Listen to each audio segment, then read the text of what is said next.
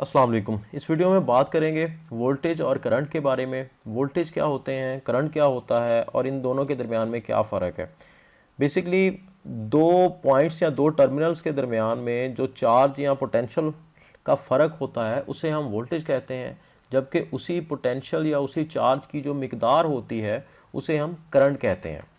जैसा कि हम जानते हैं, एक एटम हमेशा तीन पार्टिकल्स या तीन ज़र्रात पे मुश्तमिल होता है। इनमें एक पार्टिकल प्रोटॉन होता है जिस पे कि पॉजिटिव चार्ज होता है, दूसरा पार्टिकल इसके अंदर न्यूट्रॉन होता है जिसके ऊपर किसी किस्म का कोई भी चार्ज नहीं होता है, जबकि तीसरा पार्टिकल इसमें इलेक्ट्रॉन होता है। इलेक्ट्रॉन के ऊपर हमेशा नेगेटिव चार्ज होता है। एक एटम के अंदर प्रोटॉन और इलेक्ट्रॉन की तादाद हमेशा बराबर होती है। अगर किसी एटम से इलेक्ट्रॉन की तादाद को किसी भी तरीके से कम कर दिया जाए, चाहे केमिकली या फ्रिक्शन से, तो वहाँ पे प्रोटॉन की तादाद बढ़ जाती है, तो हम कहेंगे कि इस पे पॉजिटिव चार्ज आ गया है। इसी तरह किसी भी एटम में अगर इलेक्ट्रॉन की मिकदार को बढ़ा दिया जाए तो हम कहेंगे कि इस एटम के ऊपर नेगेटिव चार्ज आ गया है। इन दोनों पॉइंट्स के दरमियान जो इलेक्ट्रॉन और प्रोटॉन का फ़र्क होता है उसे हम वोल्टेजेस कहते हैं। इन वोल्टेजेस की मिकदार या इनके वॉल्यूम को करंट कहा जाता है।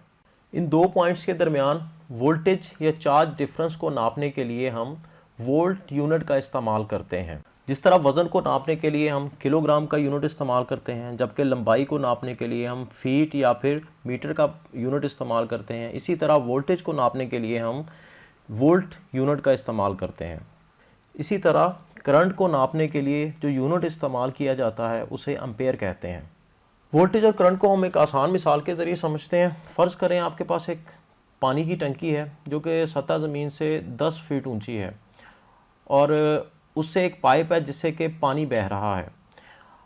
अब जितनी टंकी सतह ज़मीन से ऊंची होगी उतना ही उस पाइप के अंदर पानी का प्रेशर होगा। जो प्रेशर होगा इसे हम वोल्टेज कह सकते हैं, जबकि जितना पाइप मोटा होगा और जितनी मिकदार से उसमें से पानी आ रहा होगा, बह रहा होगा, उसे हम करंट कहेंगे।